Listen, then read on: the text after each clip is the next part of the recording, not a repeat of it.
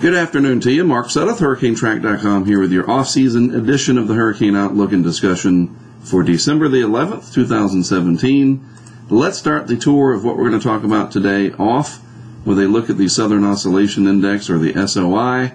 And for today, the number is minus 10.12, but the long-term average still holding at plus 9.11.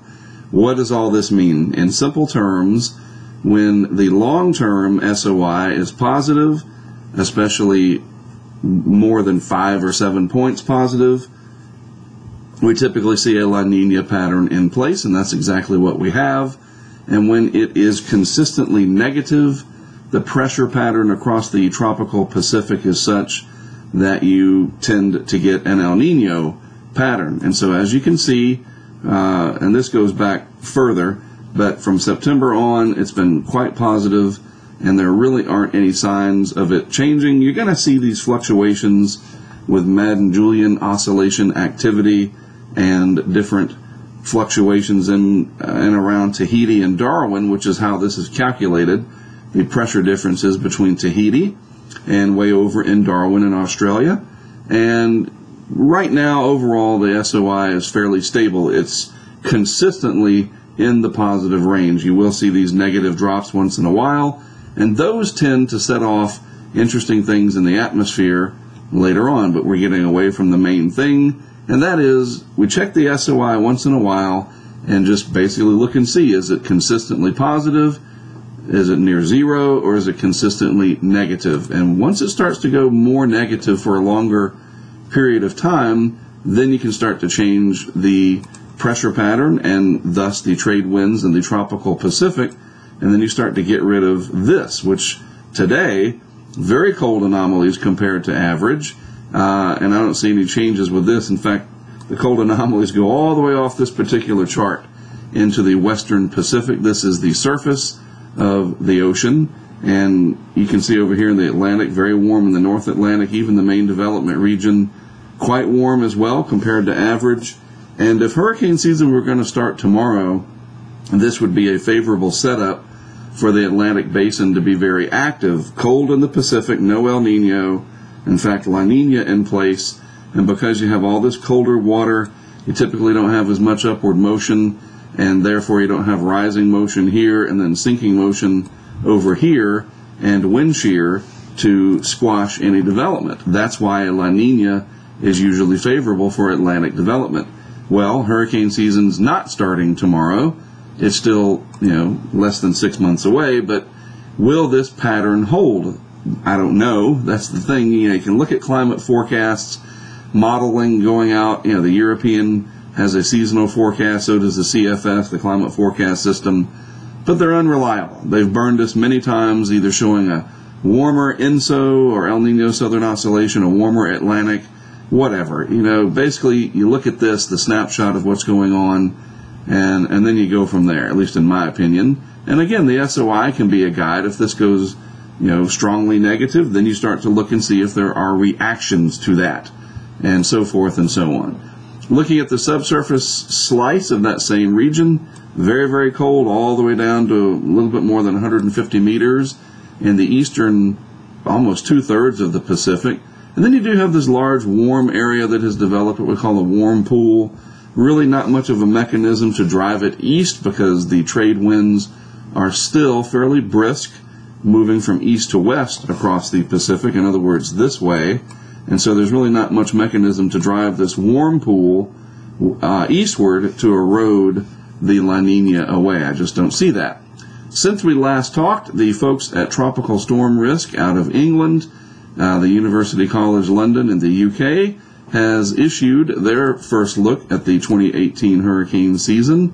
Right there, looking at about a slightly above average for the long term, against the long-term norm, a little bit more than average. They are suggesting anywhere, looks like about 15 named storms. We can scroll down to the table. 15 named storms, 7 of those becoming hurricanes, 3 of those intense hurricanes, or Category 3 or higher. The skill at this particular time frame, and they mention that here, the precision of TSR's December outlooks between 1980 when they started this and last year is low. So why? Why even try? All I'll say is you have to start somewhere, and 20 years from now, maybe this will say that the skill is medium instead of low. But this will be something to watch. This will get updated again in April. And even in April, you remember this past April, Colorado State University was suggesting a slightly below normal season, and we were way, way, way above normal. So even by April, some of these indicators that you watch for are not very helpful. But for what it's worth, this is sitting out there for the public to consume and digest and do with it as you may. Slightly busier than normal season, according to these folks at University College London. All right, turning our attention to lower 48 weather. This is the other part of the off-season edition of the Hurricane Outlook and discussion that I like to go over.